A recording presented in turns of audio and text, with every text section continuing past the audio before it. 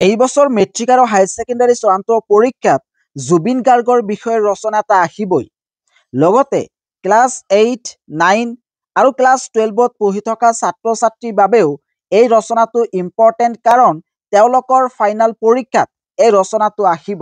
ইউটিউবত ইতিমধ্যে বহুকেইগৰাকী ইউটিউবাৰে জুবিন গাৰ্গৰ বিষয়ে ৰচনা আপলোড কৰিছে, কিন্তু মই যিটো আজি তোমালোকক ৰচনা দিব বিচাৰিছোঁ, এই ৰচনাটো তেওঁলোকৰ ৰচনাতকৈ বেলেগ, কাৰণ ইয়াতে পইণ্ট হিচাপে আলোচনা কৰা হৈছে। আৰু তোমালোকে যদি পৰীক্ষাত পইণ্ট হিচাপে লিখিব পাৰা তেতিয়াহ'লে ফুল মাৰ্কছ পাবা। ইয়াতে প্ৰথমতে তোমালোকে লিখিবা ভূমিকা অৰ্থাৎ আৰম্ভণি। আৰম্ভণিতে তোমালোকে লিখিবা জুবিন গাৰ্গ। 18 নৱেম্বৰ 1972 চনত তেখেতৰ জন্ম হৈছিল আৰু 19 ছেপ্টেম্বৰ 2025ত তেখেতৰ মৃত্যু হৈছে। এইখিনি তোমালোকে ব্ৰেকেটত লিখি দিবা।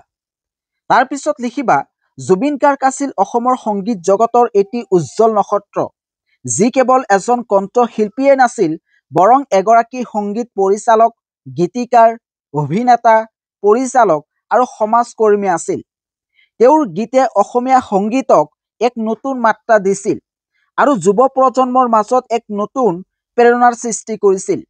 তেওঁৰ সংগীত আৰু ব্যক্তিত্বই অসমৰ সমাজ জীৱনত গভীৰ প্ৰভাৱ পেলাইছিল। এনেদৰে সুন্দৰকৈ তোমালোকে ভূমিকাখিনি আগতে লিখিবা আৰু এনেকৈ লিখিলে তোমালোকে ফুল মাৰ্কছ পাবা। তাৰপিছত তোমালোকে লিখিবা প্ৰাৰম্ভিক জীৱন আৰু সংগীত যাত্ৰা, অৰ্থাৎ তেখেতৰ শৈশৱ কালৰ বিষয়ে অলপ লিখিব লাগিব। ইয়াতে তোমালোকে লিখিবা জুবিন গাৰ্গৰ জন্ম হৈছিল মেঘালয়ৰ তুৰাত।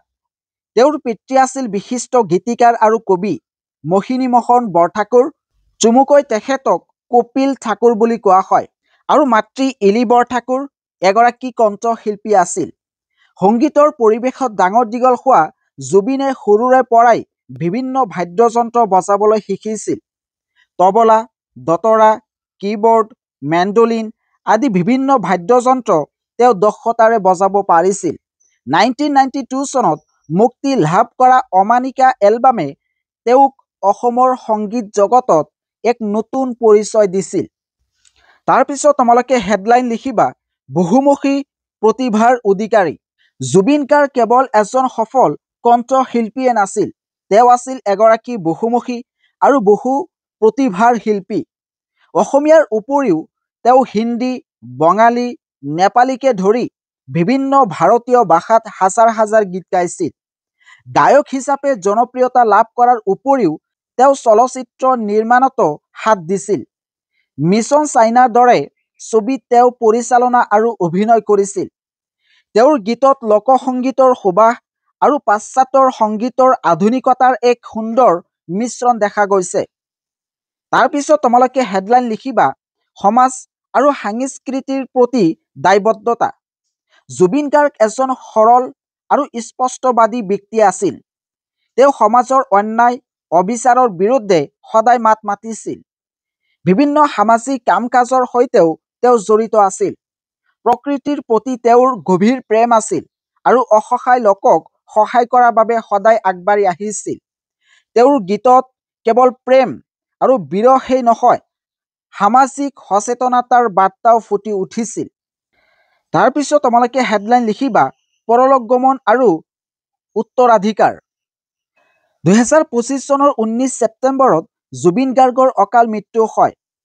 তেওঁৰ মৃত্যুৰ খবৰে সমগ্ৰ অসমবাসীক শোকস্তব্ধ কৰি তোলে। তেওঁৰ অবৰ্তমানত অসমৰ সংগীত জগতত এক শূন্যতাৰ সৃষ্টি হৈছে, কিন্তু তেওঁৰ চিৰসেউজ গীত আৰু সৃষ্টিৰাজিৰ মাজেৰে তেওঁ সদায় অসমীয়াৰ হৃদয়ত জীয়াই থাকিব। ইয়াৰ পিছত তোমালোকে লিখিবা উপসংহাৰ অৰ্থাৎ সামৰণি। ইয়াতে তোমালোকে লিখিবা জুবিন গাৰ্গ এটা যুগৰ নাম। তেওঁৰ অৱদানে অসমীয়া সংগীতক এক নতুন গতিশীলতা দিছিল। তেওঁ কেৱল এজন শিল্পী নাছিল, তেওঁ আছিল এজন মানুহ, যি মানুহৰ বাবে জীয়াই আছিল। তেওঁৰ জীৱন আৰু কৰ্মৰাজি সকলোৰে বাবে চিৰদিন এক অনুপ্ৰেৰণা হৈ থাকিব। এনেদৰে তোমালোকে যদি এই ৰচনাটো লিখি আহিব পাৰা তেতিয়াহ'লে ফুল নম্বৰ পাবলৈ সক্ষম হ'বা।